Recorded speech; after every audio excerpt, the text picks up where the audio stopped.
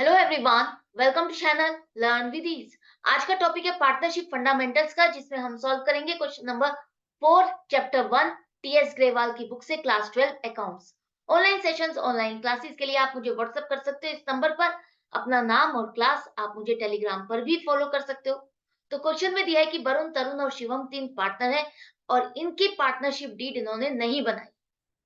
वरुण 5 लाख रुपए 1 अक्टूबर 2022 को और पैसा फर्म में लगा देता है और शिवम 50,000 रुपए का लोन फर्म से लेता है।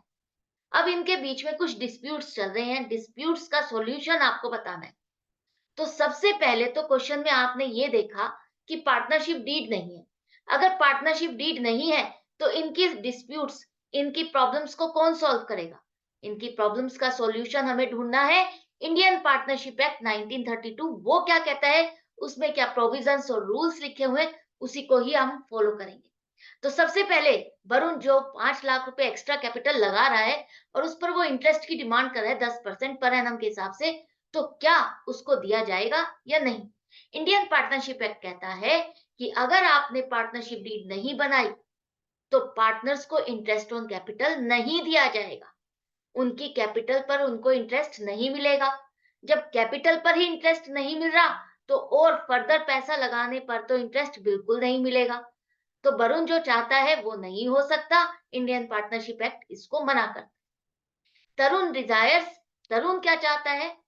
तरुण चाहता है कि जो उसका बेटा दीप है वो पार्टनरशिप में एंटर कर जाए, उनके साथ चौथा पार्टनर बन जाए और तरुण अपना ही उसको हाफ शेयर दे देगा।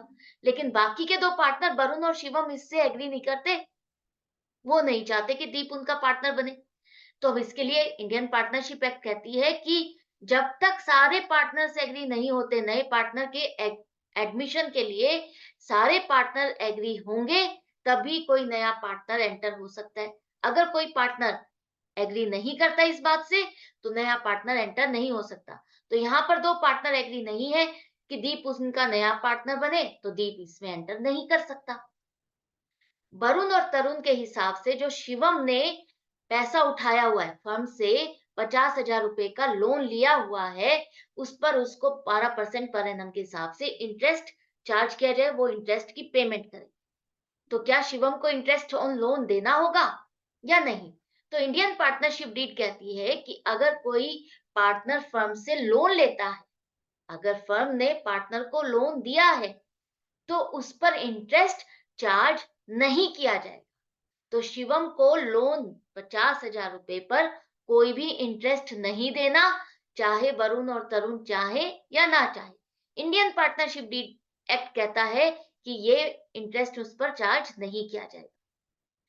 तरुण ने 50,000 रुपए विड्रॉ किए पर्सनल यूज के लिए, मतलब ड्राइंग से उसकी है।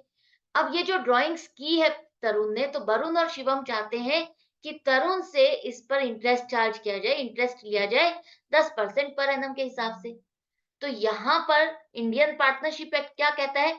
इंडियन पार्टनरशिप एक्ट कहता है कि पार्टनर्स जो भी पैसा विड्रॉ करते हैं, जो भी उनकी ड्राइंग्स है, उस पर इंटरेस्ट चार्ज नहीं किया जाएगा। कोई भी इंटरेस्ट उनसे नहीं लिया जाएगा। जैसे इंटरेस्ट ऑन कैपिटल नहीं दिया जा रहा, तो इंटरेस्ट ऑन ड्राइंग्स भी नहीं लिया जाएगा। तो इंटरेस्ट ऑन ड्राइंग्स तरुण को नहीं देना, उस पर चार्ज नहीं किया जाएगा। तो ये था छोटा सा क्वेश्चन पार्टनरशिप डीड से रिलेटेड। आई होप आपको अच्छे से समझ में आ रहा है, क्लैरिटी होती जा रही है कि पार्टनरशिप डीड की इंपॉर्टेंस क्या है। अगर वो होती है तो क्या फायदे हैं और क्या नहीं होती तो क्या नुकसान है। तो मिलती हूँ नेक्स्ट क्वेश्चन में, नेक्स्ट वीडियो में। आपको अपनी प्रैक्टिस जारी रखनी है। Good bye.